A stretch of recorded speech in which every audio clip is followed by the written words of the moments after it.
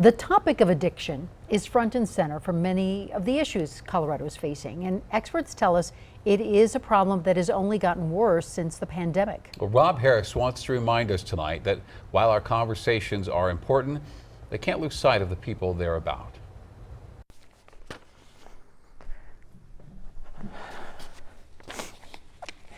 It's gonna be harder than I thought. So today is exactly 6 years since my dad died. And there's a reason I'm telling you that. What you have to understand about my dad is that he was the ultimate people person. Like to the point that he had a cushy office he could work at, but he would often end up taking his laptop or his iPad to a coffee shop, sitting at a table and working there because he just loved being around people. And then that started to change, probably when I was around 17 years old. He started to become more withdrawn, and he started to develop a drinking problem. Every time we would try to ask him about it, he would get very defensive and sometimes angry at us for asking, and then we would withdraw because the last thing that we wanted was to derail something that already felt so volatile. I now know that my dad was sexually abused when he was 4 years old. And it's something that I didn't know for most of his life. And even I think my mom only knew little bits and pieces of it. But it started to resurface for him later in life. And it drove him to addiction. Before I stepped in front of this camera, I did just a little bit of Googling. I found these pretty eye-opening. So, a study from the National Institute on Drug Abuse found that 55% of people being treated for alcohol dependence had a history of childhood trauma.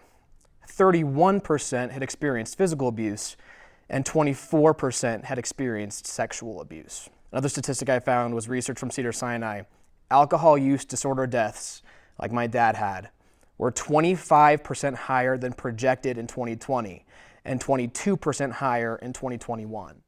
And reporting in Denver, the topic of addiction comes up a lot. The comments I'll get on Facebook or on Twitter, I find that they tend to refer to those who are suffering with an addiction as some sort of an object, and frankly, a nuisance. I've started to intentionally see my dad's face on those people. And then I try to picture him as a 4-year-old. A 4-year-old who has just gone through something so traumatic and so scary, and to know that that will sit with him for the rest of his life until his life is cut too short.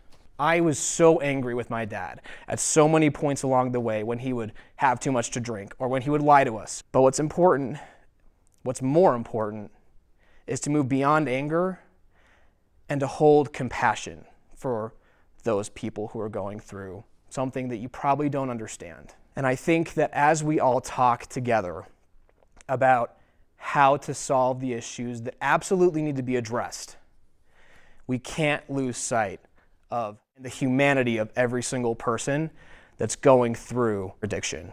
The more you start to understand the totality of the person that you loved, the more that their addiction will be a part of it, but it'll be a small part of the person that you knew and still know and still love. And to everyone, hug the people you love close. And thank you.